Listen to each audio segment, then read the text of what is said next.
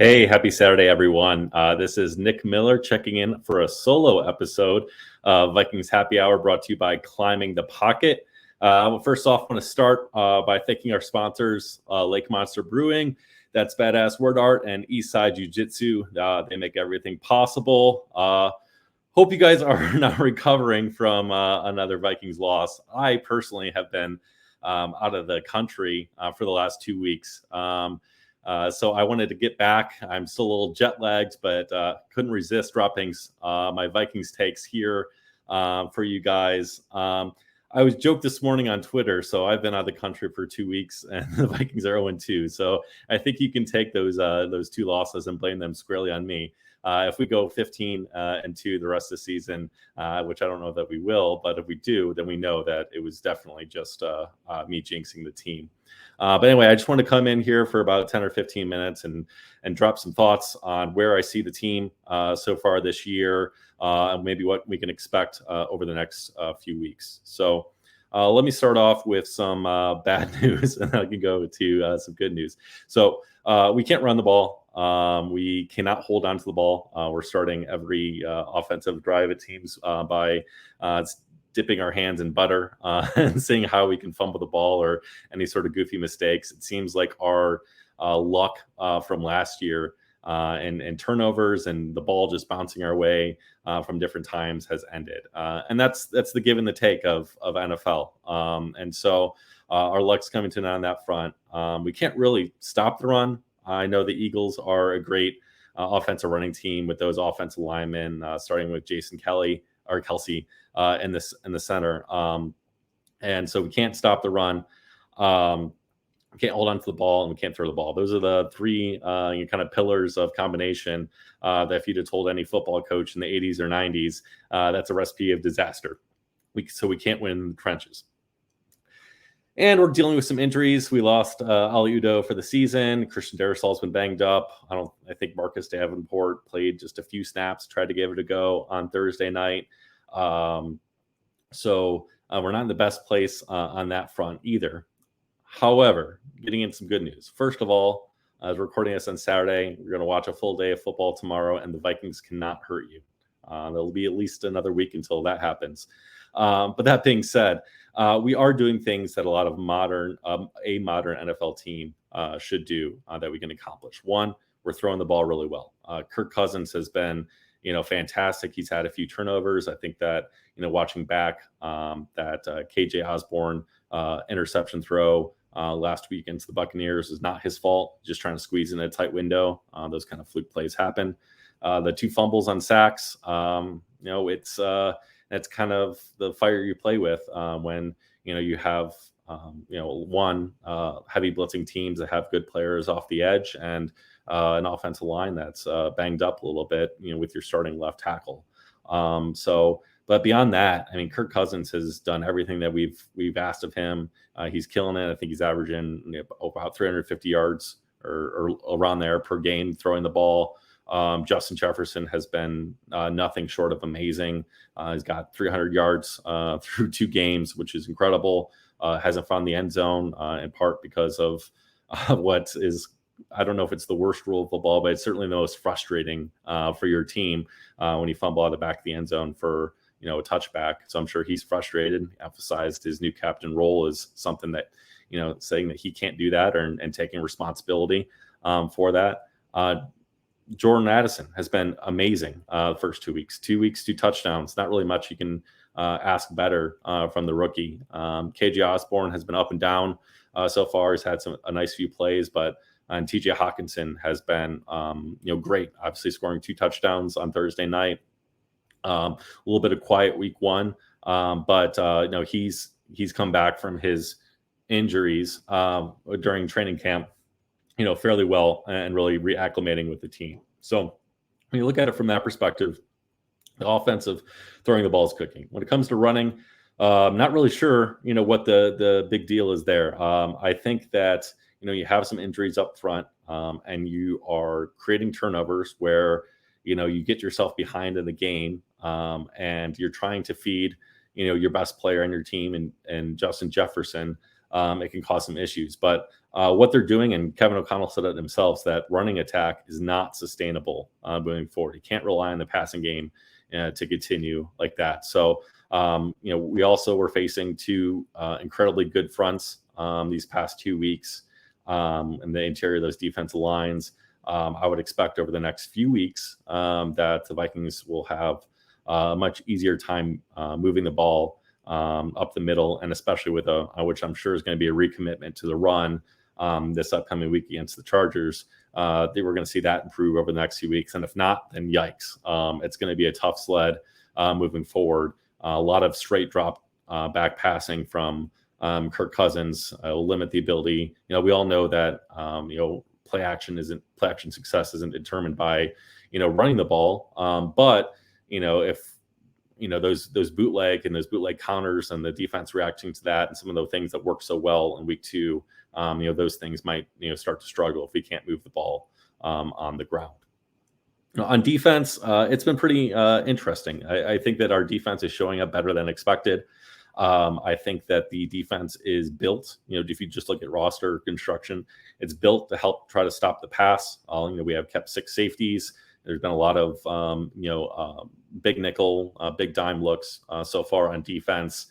You've had some of those safeties stand up and play, but at the same time, just, running against the Eagles ran the ball at will. I remember that one drive was just straight demoralizing where the Eagles just basically ran the entire drive down our throats. And, whenever a team can impose their will like that, it's very demoralizing for the defense, but they stuck with it for the rest of the game. I think that part of that is just personnel. You can't only do so much with players on the field. I mean, we have Harrison Phillips, but, our other interior defensive linemen are not what I would say, typically starting caliber this year. We lost some pieces like Dalvin Tomlinson in the past.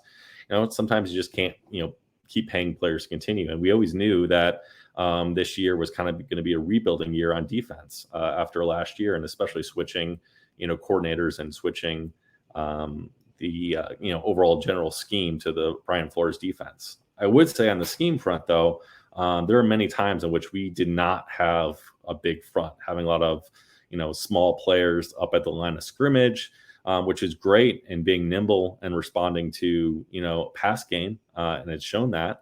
But when you don't bring in the heavies to stop on defense, it's going to run right through you. So if you take the overall general philosophy that Kevin O'Connell wants to have for a modern NFL team is stopping the pass and throwing the ball, we're doing both those things very well.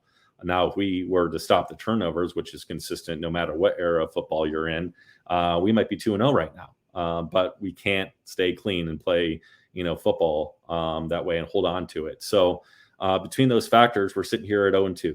I think that they're, the positives are still there, though, because I don't think that we're going to keep, knock on wood, but I don't think we're going to keep turning the ball over 3 or 4 times per game. So I think that the chances of us rebounding over the next few weeks and putting some wins on the board, are high probability, especially going against teams like the Chargers and Panthers, those are both winnable games.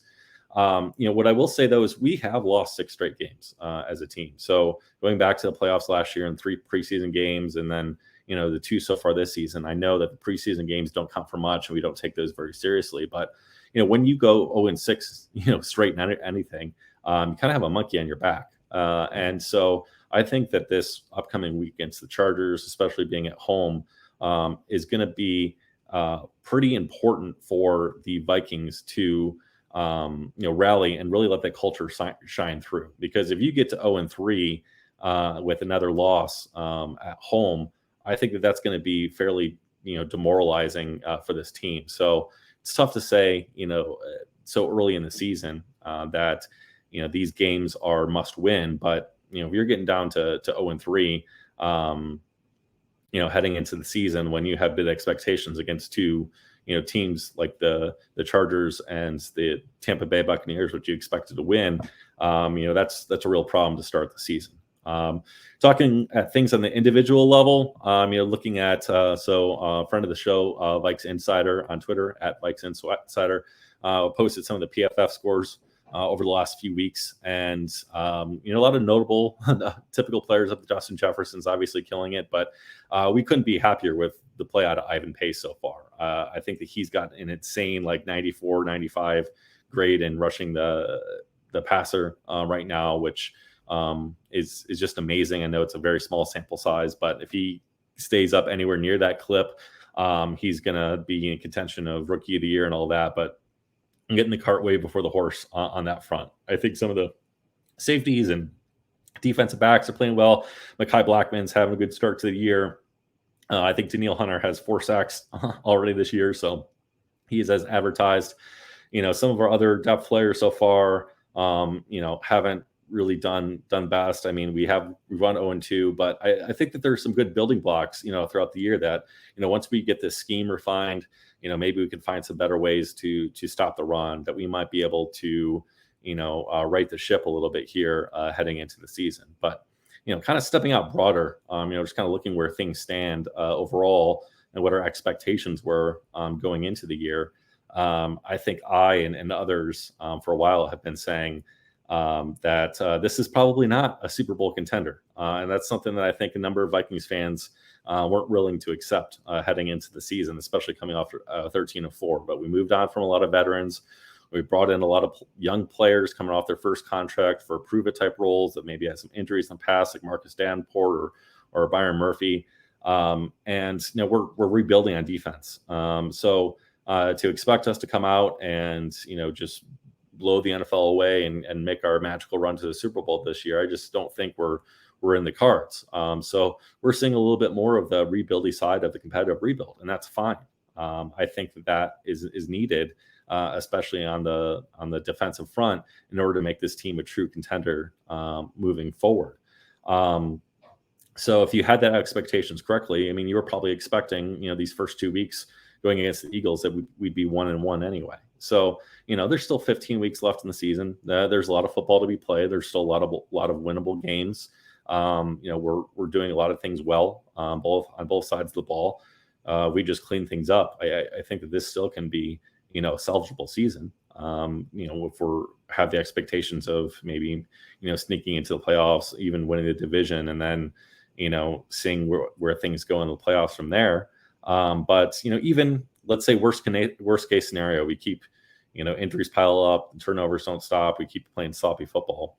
This is a rebuilding type year anyway. We can look at, if you check out Miles on Purple Daily on Draft, and talk about what prospects they're looking back at in the NFL draft next April. There's a lot of good quarterbacks. And while Kirk's been playing, amazing and lights out so far, he's 35 years old, so we'll see what comes of it. So if we were to have, a slightly down season below expectations, and that puts us in a better spot to draft a quarterback early in the draft, that's not the worst thing in the world either. So basically, if you can't tell from this episode, if we had a 10 being light my hair on fire, this is the worst case scenario, to 1 being we're no panic at all, I'd still probably put it like a 3 or 4. I don't know that there's much. I mean, the record isn't where we want to be, but there are a lot of simple things that we can clean up on turnovers, and there's a lot of things that we're doing well.